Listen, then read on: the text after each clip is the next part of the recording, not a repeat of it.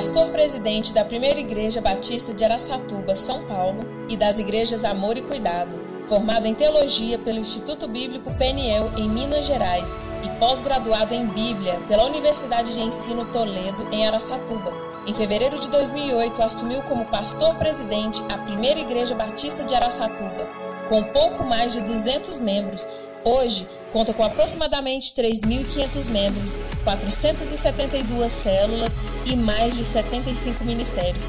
Casado desde 1977 com a pastora Ana Cristina de Souza Toschi e tem 2 filhas, Karen e Letícia. Recebam o pastor Marcelo Toschi.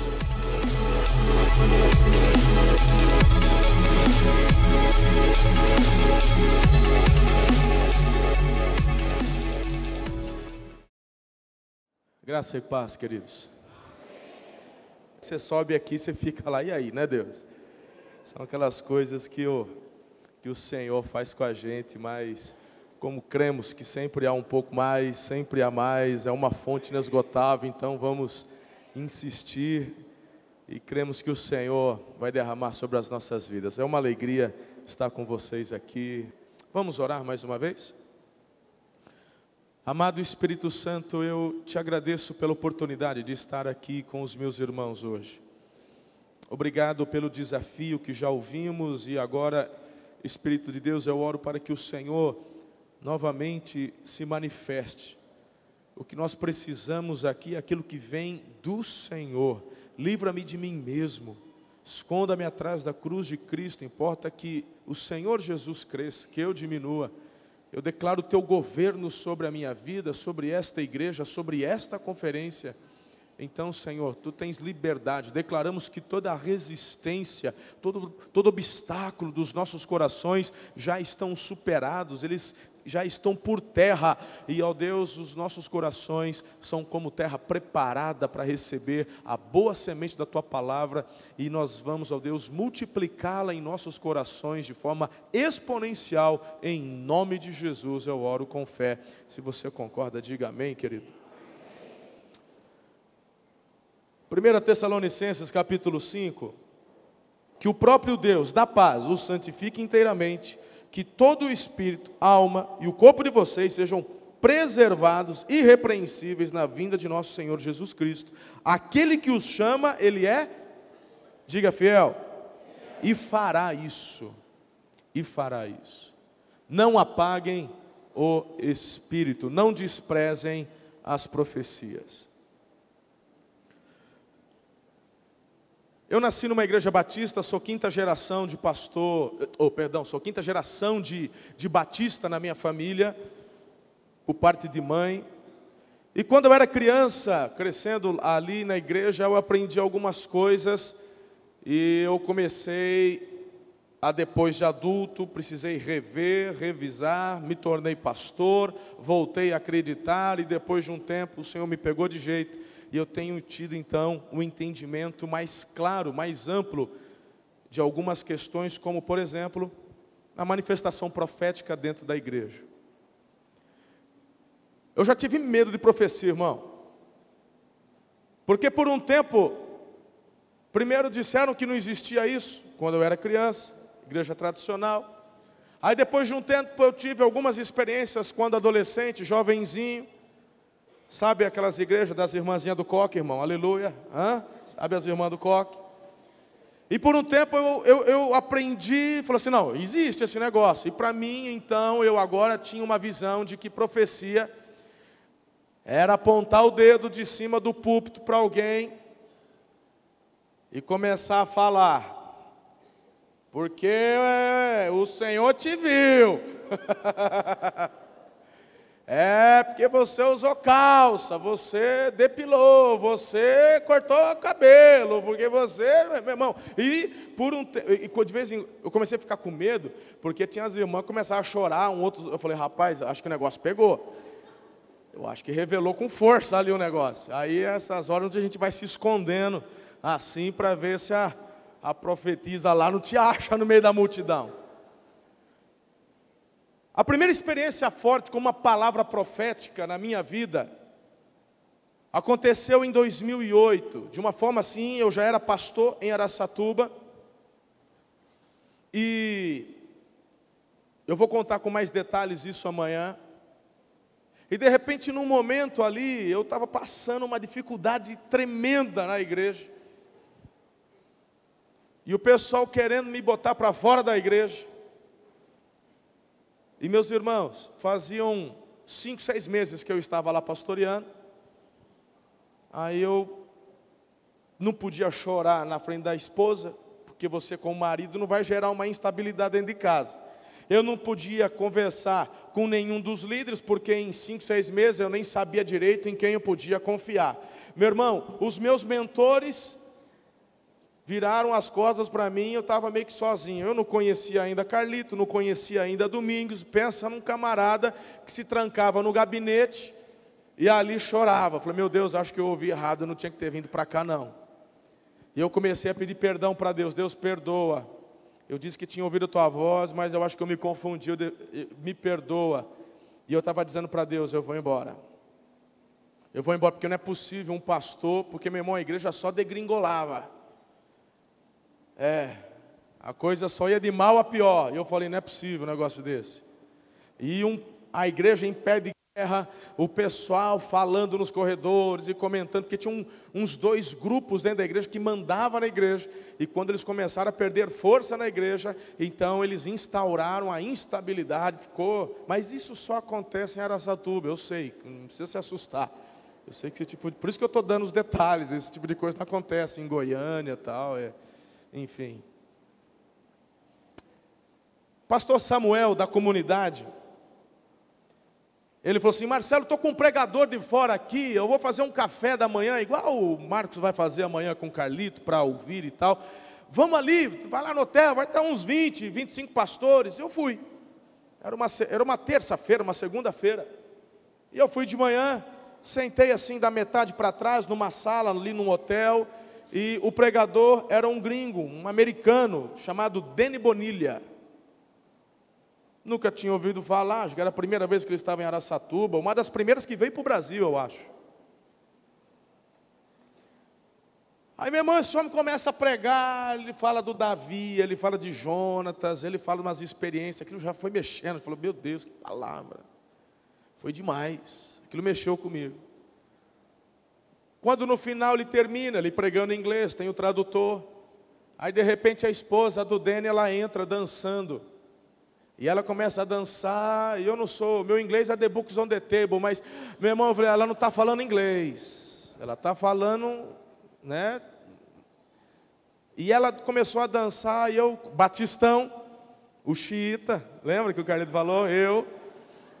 A hora que essa mulher entra dançando, rapaz, numa sala, com 30 pastores ali, e falando em língua, aí, rapaz, eu falei assim, mas estava tão bom, tinha que estragar. Estava tão bom, o cara pregou bacana, foi jóia, falou, mexeu. Aí ela chegava no pastor, e ele ali na frente, e ela vinha dançando no corredor, e falando em língua, daqui a pouco ela só fazia assim. Aí o Denny chegava na frente, botou a mão na cabeça, desenrolou o manto, o cara caía de joelho chorando. Aí eu estava sentado assim, do final para trás. Aí eu comecei a dar aquela escorregada na cadeira, irmão, tá ligado? Comecei a dar aquela escorregada de leve assim, porque nessas horas, quando você olha para as que chama. Aí eu comecei a olhar para fora, assim, para a rua, disfarçar, né? Dei aquela escorregada, fiquei na média da altura das cabeças, assim, olhei para fora. Meu irmão, não teve jeito. Daqui a pouco eu só sinto a mão, pof, a mão aqui em cima. Falei, ih, rapaz, lá vem. Verdade, irmão, com essa atitude, torcendo, eu fui desse jeito. E pum, botou a mão assim, e eu fiquei parado ali. Aí ele falou assim, eu tenho visto as tuas lágrimas. Eu, meu irmão,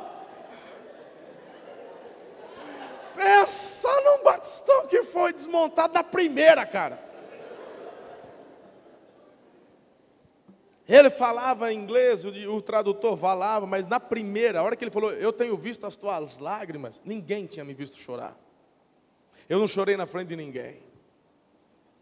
Aí eu já caí de joelho, quando eu caí de joelho ele começou, eu te trouxe para essa cidade. Fazia 5, 6 meses que eu estava lá e falando que ia embora. pedindo perdão para Deus que eu tinha ouvido a voz dele errado. Eu estava em crise. Ele disse assim: eu te trouxe para essa cidade, e os meus planos é de fazê-lo crescer, prosperar. Eu tenho planos para a tua vida nessa cidade, e estes que hoje te fazem chorar nessa hora, irmão. Eu queria entrar embaixo da cadeira. A impressão que eu tinha é que era o próprio Deus gritando no meu ouvido. Eu queria entrar embaixo da cadeira, diante de Deus que eu estou falando isso para você. Eu queria entrar embaixo da cadeira. O sentimento da glória. Aí eu comecei a entender um pouquinho dos amigos de Daniel, que não aguentou nem, não viram nada, mas só de sentir a manifestação da presença do anjo, que era anjo, meu irmão, não era Deus, era o anjo. Os 3 amigos de Daniel deram no pé, né? E o Daniel, bum. Eu comecei a entender um pouco mais, porque enquanto ele falava aquilo, foi me dando um temor, um tremor. Foi um negócio que, meu irmão, eu não sei te explicar. E ele falou: foi eu quem trouxe você para cá. E para encerrar, ele disse assim: esses que hoje te fazem chorar, esses que te acusam, eles verão que eu sou Deus na tua vida, e eles retornarão um dia. Eles retornarão e reconhecerão que sou eu agindo. Meu irmão, deixa eu te falar uma coisa. Se eu não tivesse recebido essa palavra profética, eu tinha desistido do ministério em 10 meses. Porque os meus piores dias ainda estavam por vir. Quando eu olho para o ministério profético dentro da igreja, eu vejo que o ministério profético não é ficar apontando o dedo e falar: eu te vi, porque não sei o quê. Porque quando aquela irmãzinha pega o microfone e dá medo. Meu irmão, o ministério profético do Espírito de Deus é algo que vai achar o ouro que está dentro das pessoas e não acusá-las. O ministério profético dentro da igreja é algo que vem da parte do Senhor para equipar, é algo que vem para levar a igreja a cumprir tudo aquilo que ela é chamada para fazer. Diga amém. Eu não posso aqui só falar sobre o ministério profético com vocês, porque ficaria até fora do eixo. Por isso que você tem que ler o livro A Cultura da Honra, porque de repente eu dou uma ênfase só no profético hoje com vocês, e vocês vão falar: uau, que demais, eu quero isso na minha vida, quero isso na igreja. Mas tem que haver um equilíbrio entre o apostólico, o pastoral, o mestre, o evangelista. São esses 5 tipos de unção que eu vejo o Espírito derramando sobre a igreja no Novo Testamento. O que eu quero despertar o seu coração é que essa unção está disponível e ela derramada sobre a igreja hoje. Pode você não saber, pode você ainda não ter identificado, mas ele derramou. Porque o Espírito de Deus, meu irmão, ele não é confuso não. E é ele quem capacita a igreja. O problema é que a igreja recebe o talento e enterra, ao passo que outros pegam e multiplicam e rendem, recebem mais e multiplicam, e tem gente que pega e enterra. Eu tenho procurado aprender, crescer, entender sobre essa questão da profecia dentro da igreja. E o apóstolo Paulo, ele coloca junto com essa instrução: não apaguem o espírito e não rejeitem as profecias. E eu acho que não é por acaso que ele coloca estas 2 instruções juntas, ligadas. É claro que há uma série de instrução que ele está dando aqui. Mas ele está dizendo: não apaguem o espírito, não apaguem o espírito. Primeiro, se você apagar o espírito, você nem consegue discernir o profético. Você não vai saber quando o profético se manifesta, tampouco discernir o que fazer com o que você acabou de ouvir. Então, meus irmãos, deixa eu te falar uma coisa. Eu quero aproveitar os instantes e os minutos que eu tenho aqui com vocês para falar de algo que te dá toda a base para desenvolver o profético na igreja, como o apostólico, o pastoral, o mestre, o evangelista, todas as unções que são liberadas sobre as nossas vidas aqui. Tive o prazer de, junto com o Carlito, irmos a Reading, lá na igreja Bethel, do pastor Bill Johnson. Uau! Uau! Que ambiente profético! Que ambiente profético! E sabe como que esse ambiente profético se manifesta? De uma forma muito natural. Muito natural. Você não precisa mudar a voz para lançar ou dar uma palavra profética. Tem gente que acha que tem que fatiar queijo para poder dar uma palavra profética.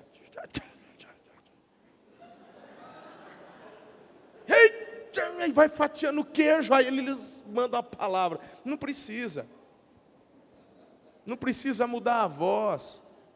Meus irmãos, ali foi tão extraordinário, porque durante o louvor, fluía no ambiente. As pessoas começavam a compartilhar. E são palavras proféticas.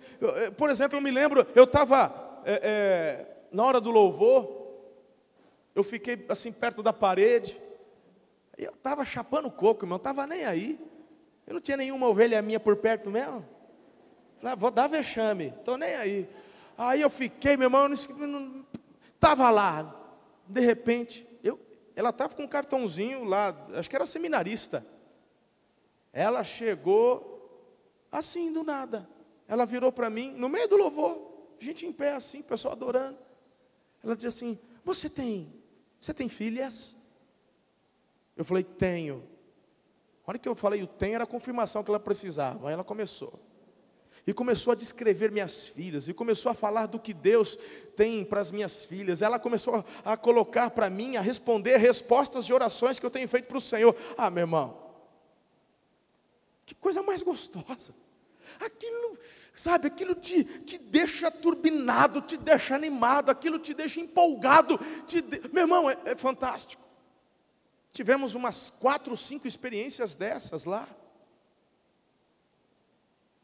E é um resgate que precisa acontecer dentro da igreja.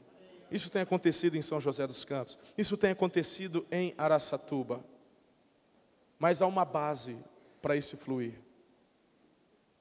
E de repente você fala assim, pastor, o senhor vai falar sobre essa base. Não esquece que nós aqui somos uma igreja renovada.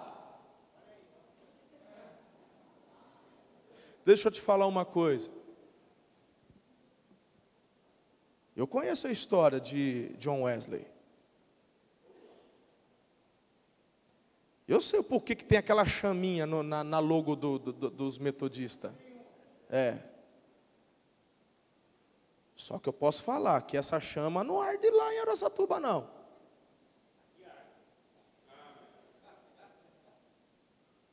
Eu estou falando das bases, das igrejas onde tem uma base de avivamento. Assembleia, começou no fogo, mas eu tenho pregado em igrejas, assembleias, tem uns negócios esquisitos acontecendo nesses tempos, irmão. Batista pregando na assembleia, assembleiano pregando na igreja batista, meu irmão, tem uns negócios. Batista pregando sobre avivamento e quadrangular, tem uns negócios assim que.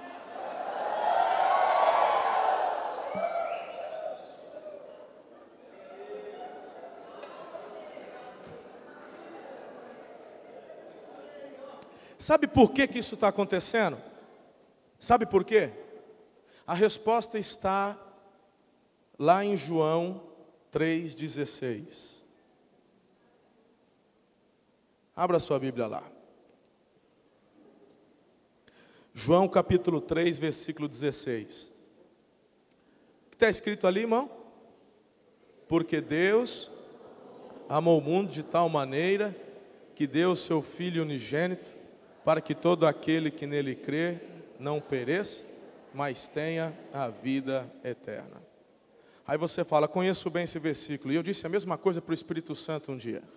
Numa dessas santas convocações que o Carlito falou, só que nós lá fazemos um pouco diferente, a gente fica 28 horas em oração e tal, eu não sei como é que ele faz lá, mas tem uma que a gente chama de santa convocação. Eu estava num horário da tarde, era 13 horas, pastor Marcos. Pessoal, era um sábado, 13 horas, o pessoal estava almoçando, e naquele horário eu estava ali, e eu ia dar uma meditação. E eu falei, Deus, o que o Senhor quer falar com o povo aqui? E a madrugada ficou cheia, mas como são 28 horas, daquele horário do almoço o pessoal foi para casa, e eles depois iam voltar para ficar até de noite, que ia até às às 10 da noite. Aí eu estava ali sentado e falando, o que o senhor quer falar? E me veio, fala João 3,16. Sabe aquela hora que você quer ensinar o Espírito Santo? Então, Espírito Santo, deixa eu falar uma coisa para você. Ó, é lindo esse versículo, lindo, lindo. Mas ó, aí eu olhei para trás e falei, só tem crente aqui, ó. Não tem nenhum aqui para evangelizar e tal. O que o senhor quer falar? Aí eu fui, vou ver se é alguma coisa de Paulo, fui lá para o final da Bíblia. Aí ele falou assim, não, é João 3,16. Meu irmão, eu fiquei teimando. Aí ele falou, leia. Aí eu comecei a ler. E conforme eu fui lendo, ele foi trazendo algumas aplicações ao meu coração, que aquilo mexeu comigo. E eu quero hoje falar com você, então, se você, meu irmão, quer viver a plenitude do que o Espírito tem para a vida da igreja, você tem que entender o que está por trás de João 3,16. O capítulo 3 ele é dividido em duas narrativas. E as duas narrativas, ela fala do mesmo assunto. E eu vejo cada uma das duas narrativas também sendo dividida em duas. A primeira aqui, vamos começar. Havia um certo fariseu chamado Nicodemos, ele era uma autoridade entre os judeus, e veio a Jesus à noite e disse, mestre, sabemos que ensinas da parte de Deus, pois ninguém pode realizar os sinais miraculosos que estás fazendo, se Deus não estiver com ele. Em resposta, Jesus declarou, digo-lhe a verdade, ninguém pode ver o reino de Deus, se não nascer de novo. Perguntou Nicodemos, como alguém pode nascer sendo velho? É claro que não pode entrar pela segunda vez no ventre da sua mãe e renascer. Hoje, quando a gente chama alguém de fariseu, é uma ofensa, porque já significa falsidade, hipocrisia, ok. Mas na época de Jesus, não. O grupo dos fariseus era um grupo de pessoas que se originaram com um propósito muito nobre, e o propósito deles era estudar a Bíblia e ver a Bíblia sendo cumprida e obedecida. Te pergunto, isso é bom ou é ruim? Uau! Agora, o Nicodemos, ele está um pouco acima, porque o texto fala que ele era uma autoridade, e mestre, era um rabino, era um cara muito conceituado. E me chama a atenção aqui, porque eu fico imaginando o Nicodemos ouvindo dos seus colegas. O que os colegas fariseus estão dizendo para Nicodemos?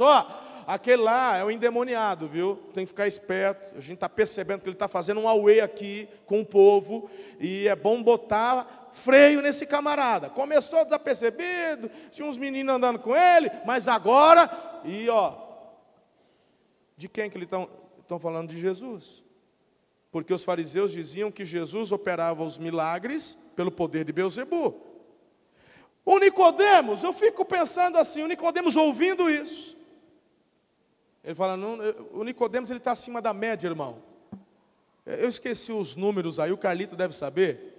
Tem uma porcentagem de gente que é massa de manobra. O que eles ouvem na televisão, eles acreditam. Isso é coisa de 80% é assim. Tem um grupo de uns 15% que ouve e fica, será? Mas ainda acaba se deixando levar. E tem um grupo que é um de 5% que não se deixa levar. Ele é formador de opinião. Eu vou ver primeiro o que está acontecendo. Eu acho que o Nicodemos estava dentro dessa estatística aí, porque ele fala, eu vou conversar, eu vou ver de perto. Quando ele vai ver de perto o que está acontecendo, o que o Nicodemos enxerga? Bom, o que ele vê é que tinha um morto, ressuscitou. O outro lá estava surdo, começou a ouvir. O outro ali era um coxo. Coxo de nascença, e de repente ele pula, está saltitando. Aquela mulher lá, eu conheço ela, era rica para dedéu, ficou viúva, perdeu tudo, os médicos, gastou tudo com a medicina. Ela tocou no jeito, ficou curada, rapaz.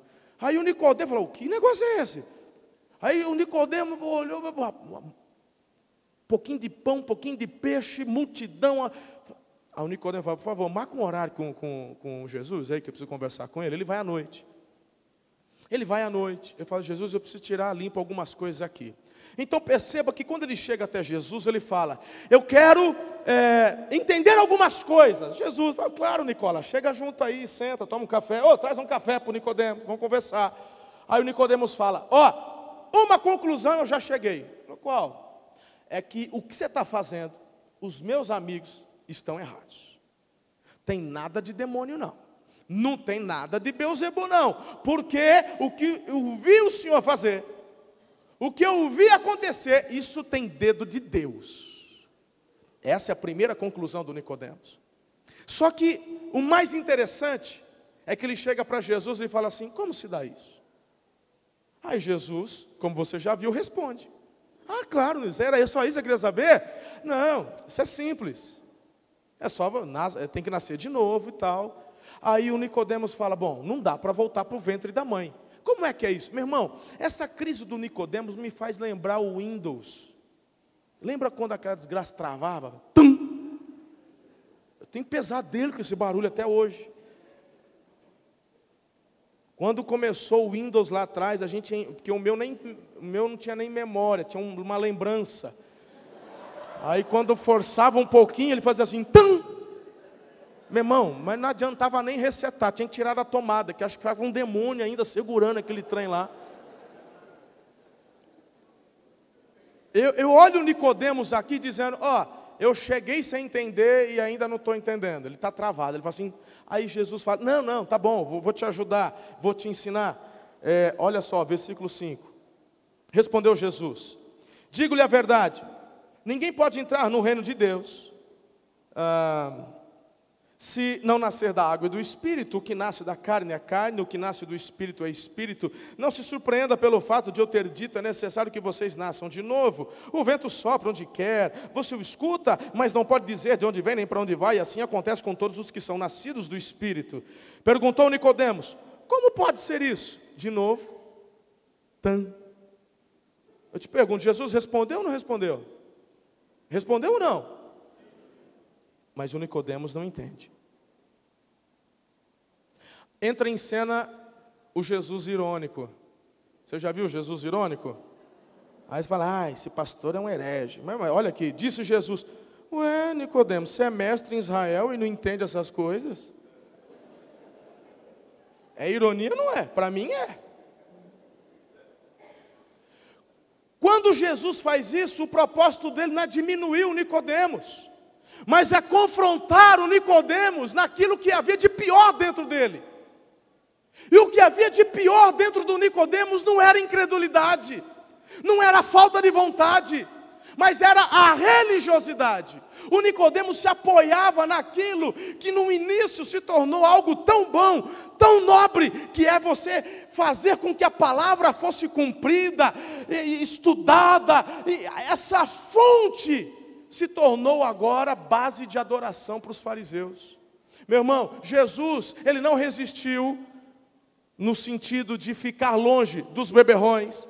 Jesus, ele não falou só: me deixa longe das prostitutas. Não, meu irmão, tanto que ele foi chamado de beberrão, ele foi chamado daquele que andava no meio das prostitutas, ele foi chamado de glutão, porque Jesus gostava de uma festa, ele estava no meio do... Você acabou de ouvir o Calito dizendo, ele é apaixonado por gente, ele está no meio da cidade, mas teve uma única classe que Jesus resistiu. E essa classe, meu irmão, foi a classe dos religiosos. Onde a religiosidade impera, não tem ação e fruto do Espírito. Quando Jesus diz assim, fala: mas você é mestre e não entende? Jesus está confrontando ele, assim como o anjo confrontou Jacó. E não confrontou Jacó ao perguntar qual o seu nome. Não foi para humilhar Jacó, mas foi justamente para provocar Jacó, porque algo haveria de mudar na vida dele. Quando Jesus faz isso, e para mim isso é tão verdade, quando ele o provoca dizendo: você é mestre e não entende, é a partir daí que você não ouve mais nenhuma pergunta do Nicodemos. E começa agora uma explanação de Jesus que diz o seguinte: ô Nicodemos, asseguro-lhe que nós falamos do que conhecemos e testemunhamos do que vimos, mas mesmo assim vocês não aceitam o nosso testemunho. Eu lhes falei de coisas terrenas e vocês não creram. Como vocês vão crer se eu falar de coisas celestiais? Meu irmão, é interessante que Jesus está dizendo assim. Meu irmão, aqui tem daqueles crentes que chega para o pastor e fala: eu não quero célula, eu quero profundidade, pastor. Porque célula fica muito raso. Eu quero profundidade. Meu irmão, dá vontade de arrancar assim, tem que dar um peão desse. Não sabe nem o que é igreja, não sabe nem o que é Bíblia, não sabe mais, e quer profundidade. Profundidade para ele é querer ouvir cursinho de escatologia. Meu irmão, eu não tenho tempo. Eu chego a espumar o canto da boca, Calito.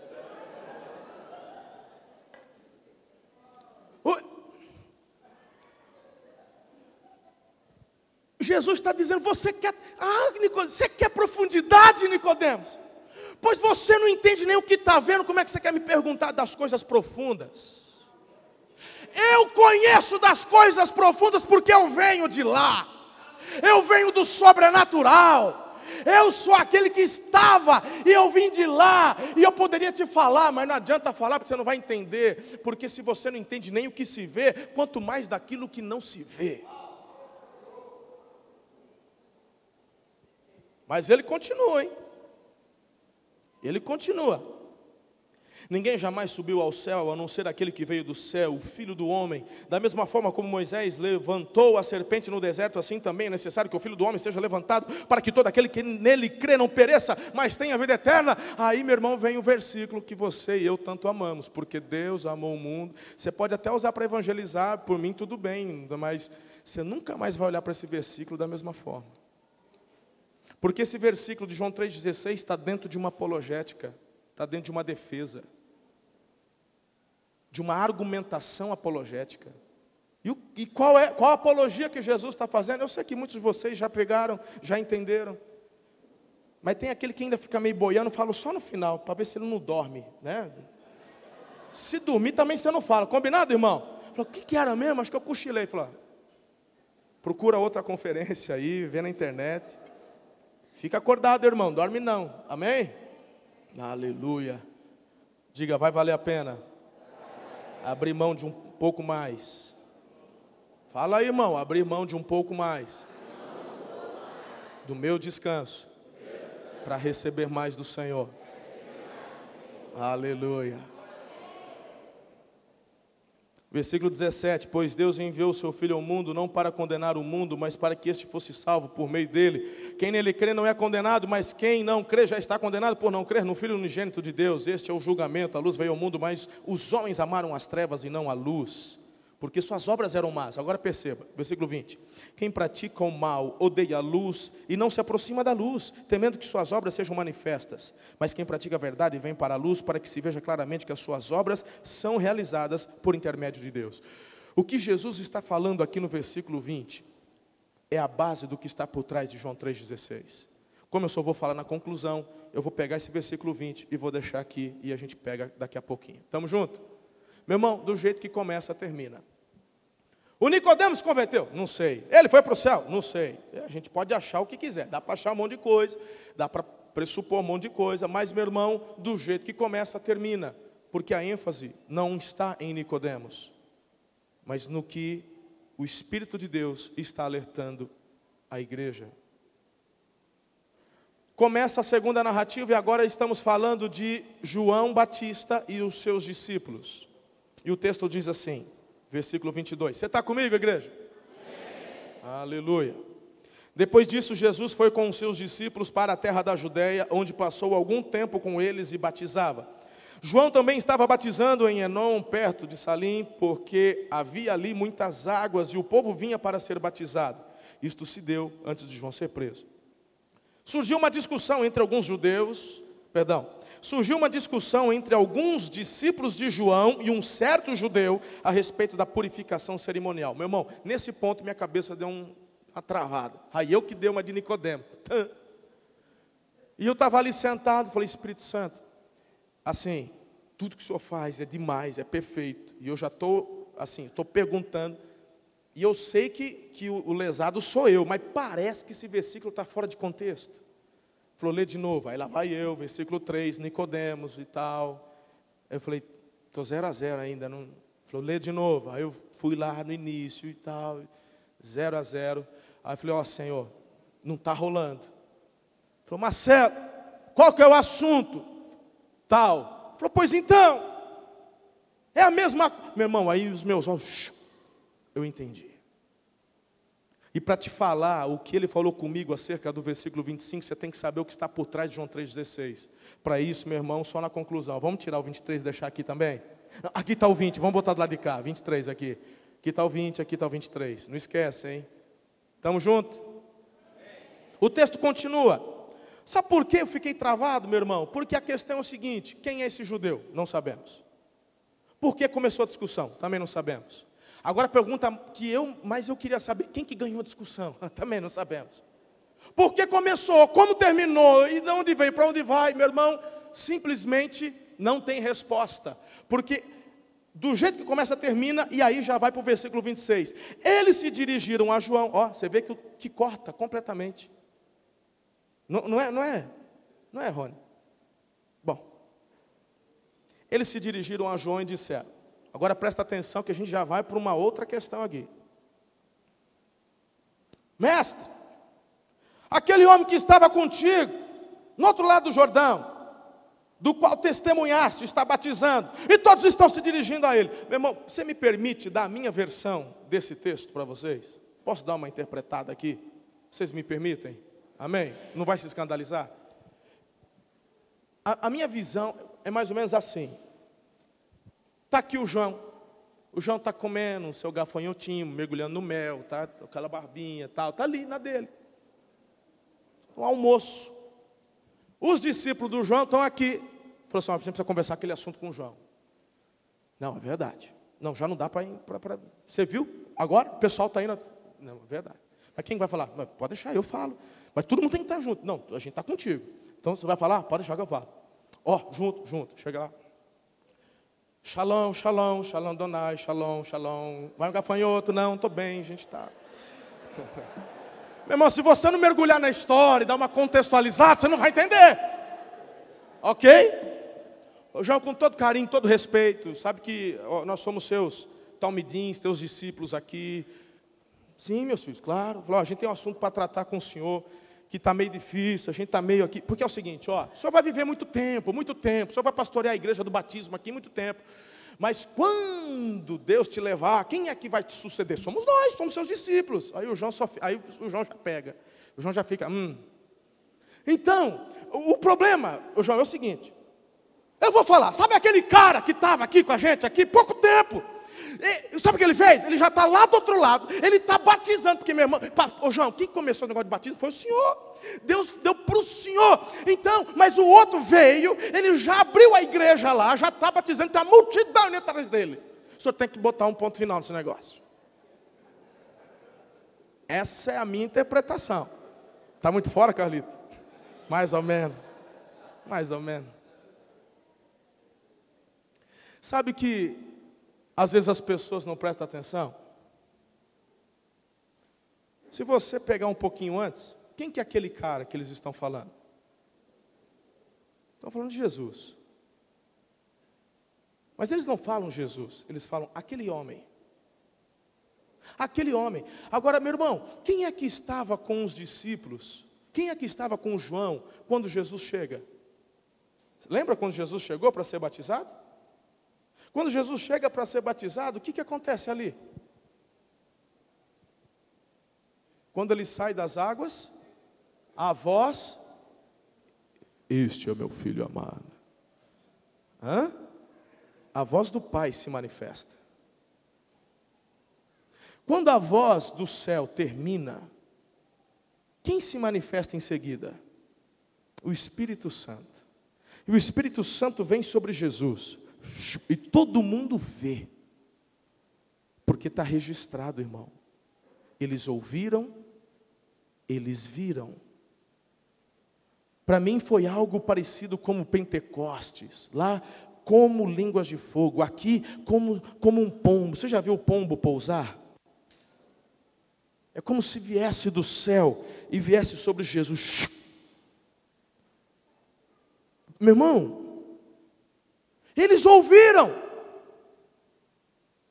eles viram, mas não entenderam.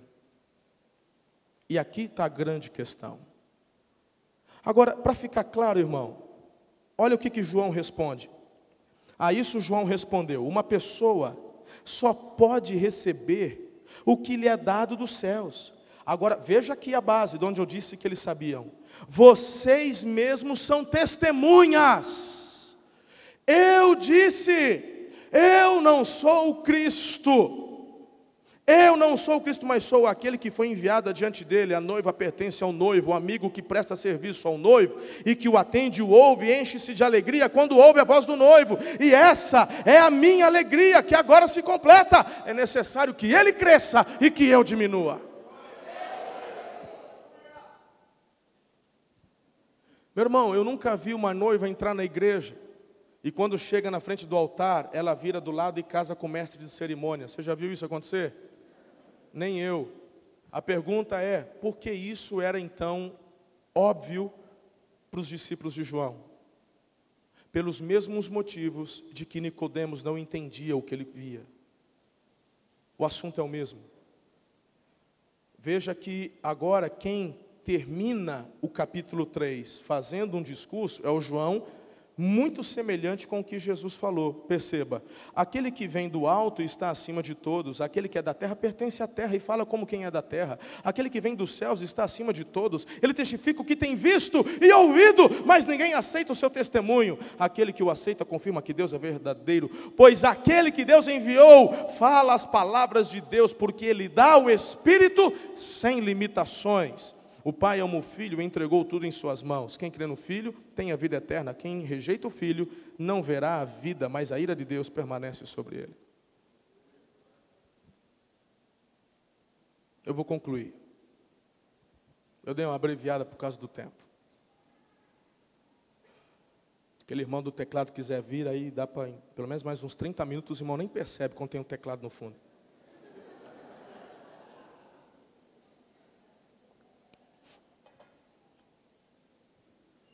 Estou brincando, estou terminando. Eu quero que você entenda uma base aqui, querido. Eu fui muito confrontado pelo Senhor quando Ele trouxe essas iluminações aqui ao meu coração.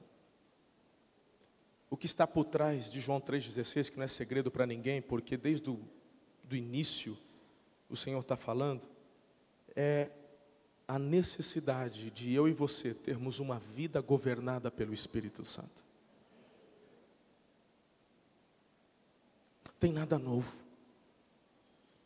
Não tem nada novo.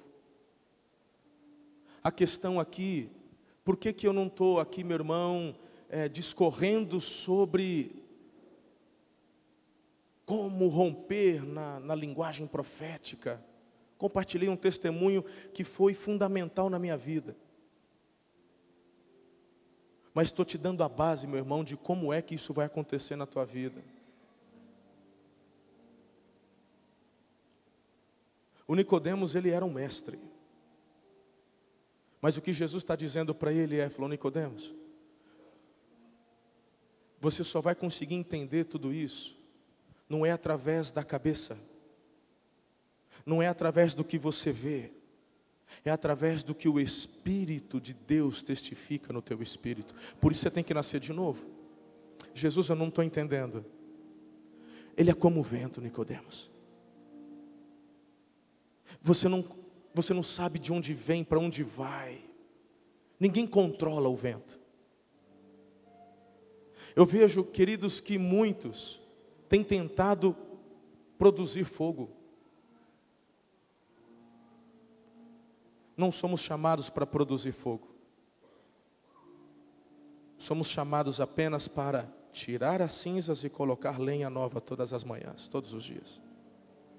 Porque o fogo quem derrama é o Senhor. O fogo é o Espírito. Por isso que Paulo diz, não apaguem o Espírito. Não apaguem o Espírito. Não apaguem o Espírito. Quando eu citei, e agora eu quero adentrar um pouco.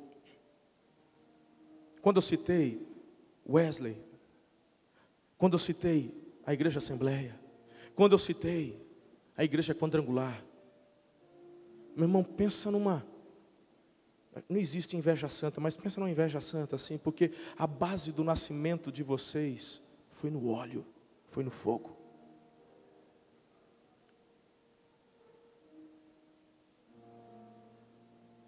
Onde está esse fogo? Eu estou falando de denominação. Meu irmão,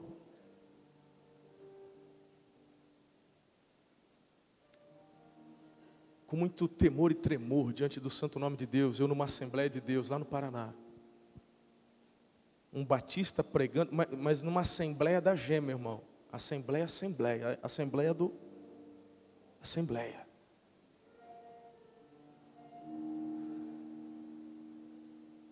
Eu primeiro comecei falando da minha denominação, totalmente fechada ao mover do Espírito, ao sopro do Espírito.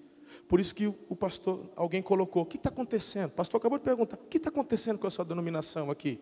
Vocês tinham 215? Tinha 227, agora tem 200. 217. O que está acontecendo? Por que está diminuindo? Te falo o que está acontecendo. Nicodemos. Conhecem a letra, são mestres, mas a letra mata. Quem vivifica é o Espírito.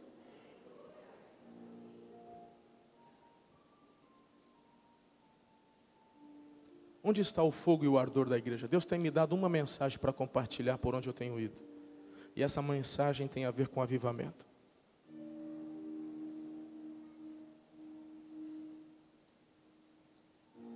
Eu sou fruto de avivamento. Carlito é fruto de avivamento. Quando você ouve um pastor no púlpito dizer, eu prefiro morrer do que ter uma igreja que não é relevante, só fala isso, meu irmão, quem tem chama acesa dentro do coração. Ou o cara é muito louco para diante de um altar falar isso numa hipocrisia, ou uma chama está acesa e queimando dentro do peito. Eu tenho dito isso diante da minha igreja. E tenho dito isso por onde o Senhor tem me levado. É com muito carinho que eu falo isso. Eu estudei um pouquinho sobre a origem da igreja quadrangular e eu falo, uau! Uma mulher que rompe barreiras, uma época onde as mulheres não eram ouvidas. Essa mulher começa com um programa de rádio e ela que se torna uma voz assim profética. E meu irmão, o ministério começa a ser expandido, uau! E uma denominação que vai. E hoje? Cadê aquela chama?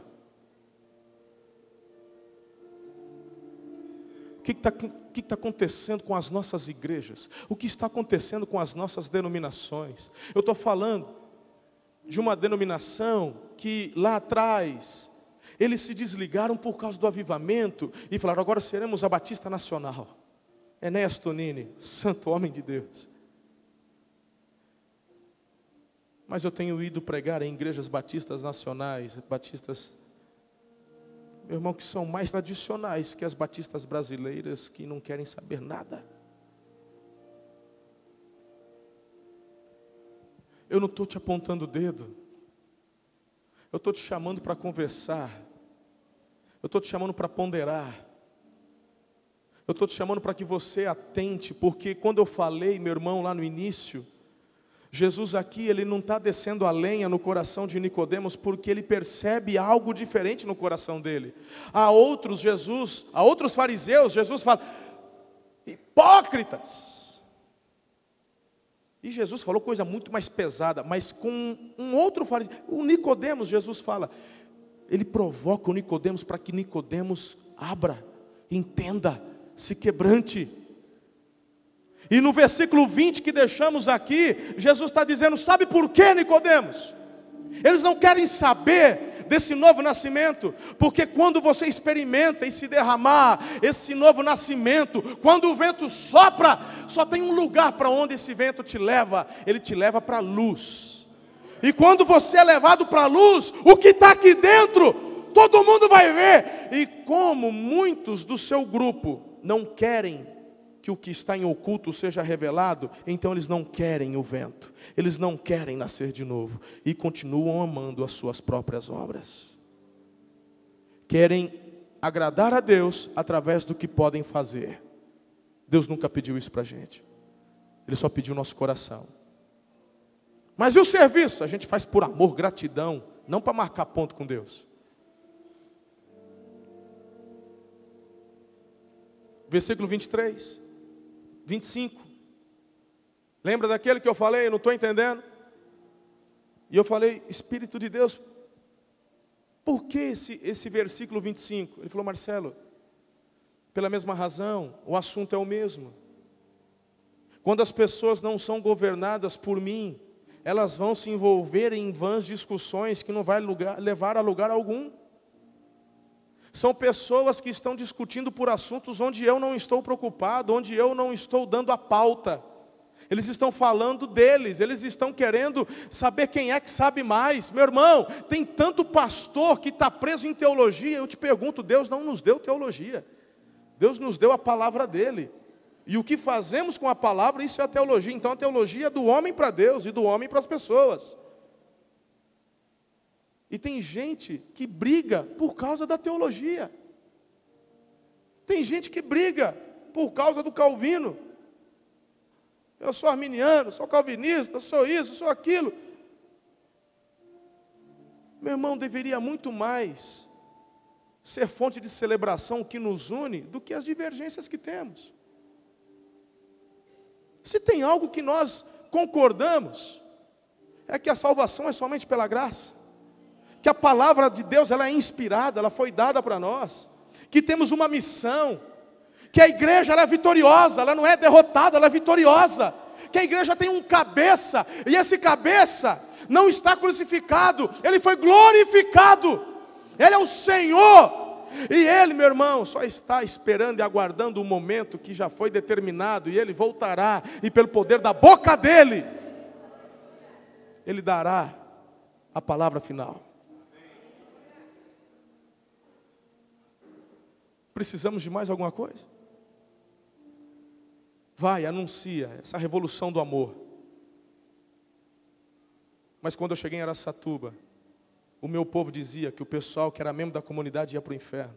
Eu cresci ouvindo que o pessoal da Assembleia de Deus era endemoniado. Foi isso que eu aprendi, foi isso que eu ouvi dentro da minha igreja batista. Mas vocês falavam também que batista é tudo, não tem o Espírito Santo, que batista é frio, que batista... E a igreja fica assim, ó, igual discípulo de João e igual Nicodemos. Como é que quer ambiente profético? Vai tentar produzir fogo? Vai tentar subir aqui na frente, fatiar queijo, sapatear, vai tentar produzir fogo? O que eu estou dizendo para você é que se você obedecer a Jesus, você vai ser governado pelo Espírito, e esse vento vai soprar, e quando ele soprar, todos verão a manifestação dele.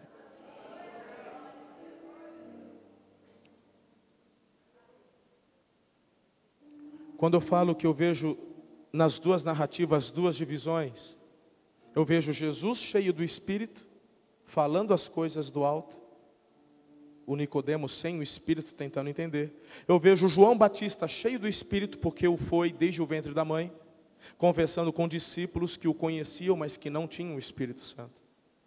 Eles tentam entender, mas não conseguem. Você quer manifestação maior do que ouvir a voz de Deus?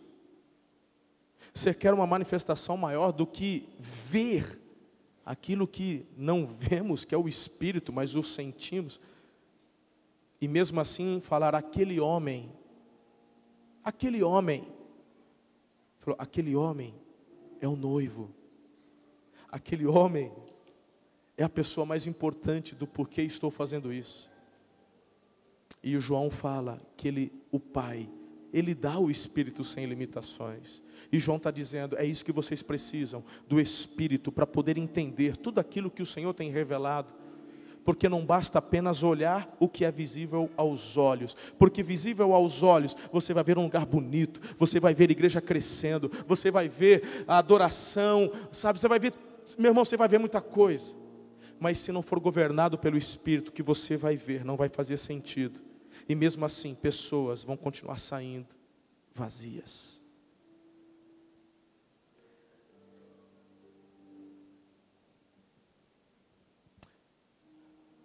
Eu quero convidar você a se colocar em pé. E eu quero terminar essa noite orando por mim, orando por você.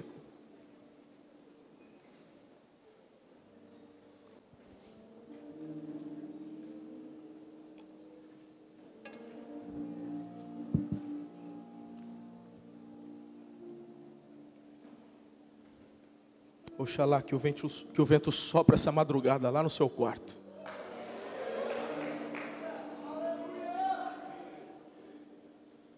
Que amanhã cedo você não esqueça de tirar a cinza e colocar lenha nova, porque o que ardeu hoje foi para hoje, amanhã tem mais. Essa é a sede daqueles que são governados pelo Espírito de Deus. Ah, meu irmão, você está ouvindo isso de um homem que está tão longe, mas que tem sede e fome de viver o mais de Deus. Todas as vezes que Ele me faz e me leva a pregar essa mensagem, meu coração arde e queima.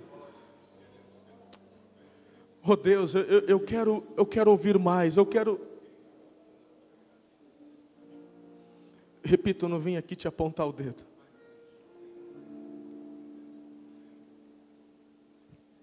Quantas vezes me pego como apóstolo Paulo, Deus, há uma luta, não é fácil. Muitas vezes o que eu quero eu não faço, o que eu não queria, quando eu vi, fiz.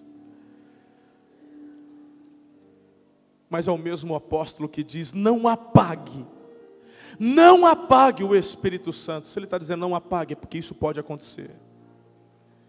Se porventura a cinza do teu coração, do altar do teu coração, se por acaso, porventura a cinza tomou conta, em nome de Jesus, hoje é só você retirar e colocar lenha.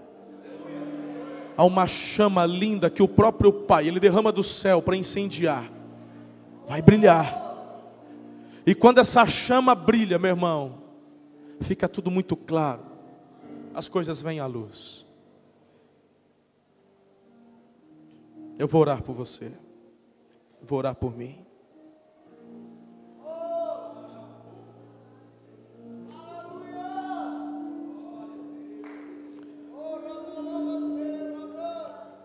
Senhor,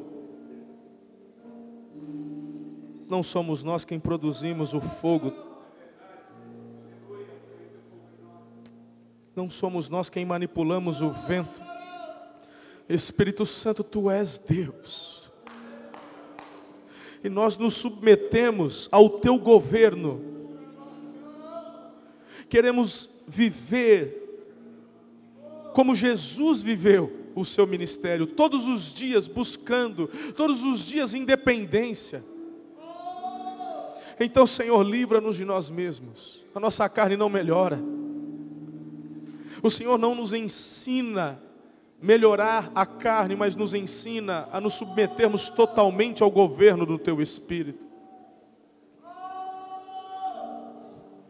Senhor, nos ensine a sermos governados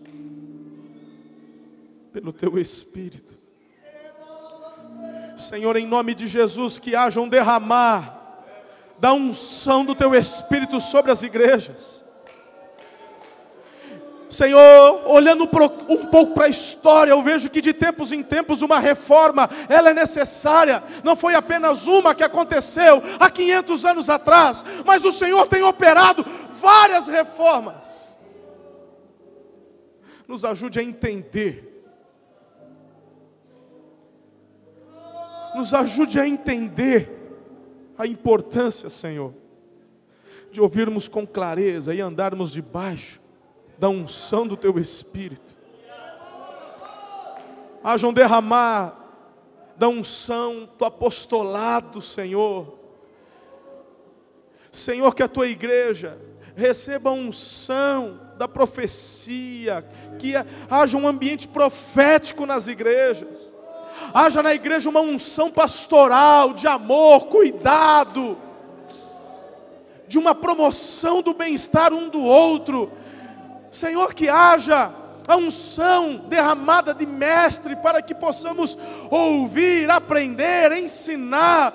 Que haja um derramar da unção do evangelista, que a igreja, Senhor, dentro de um alinhamento com o céu, possa desenvolver, crescer, romper, conquistar as cidades. O Senhor nos chama, Senhor, para uma revolução do amor.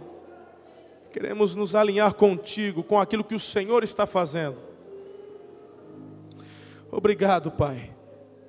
Obrigado por essa conferência, obrigado por essa igreja.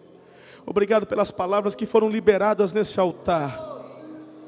Nos submetemos e continua, Senhor, declaramos, estamos abertos.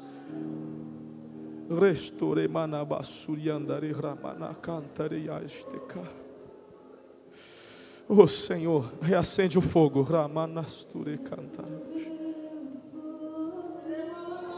Reacende o fogo, Senhor. E que essas ministrações que estão sendo passadas aqui continuem a arder nos corações, ainda no decorrer dessa noite. E aquilo que o Senhor quer fazer, estamos abertos, ó Deus, pois o Senhor nos governa. Declaramos assim, profeticamente, viveremos tudo que o Senhor tem para nós. A igreja avança. Somos anunciadores de notícias boas. Obrigado, Espírito Santo, em nome de Jesus.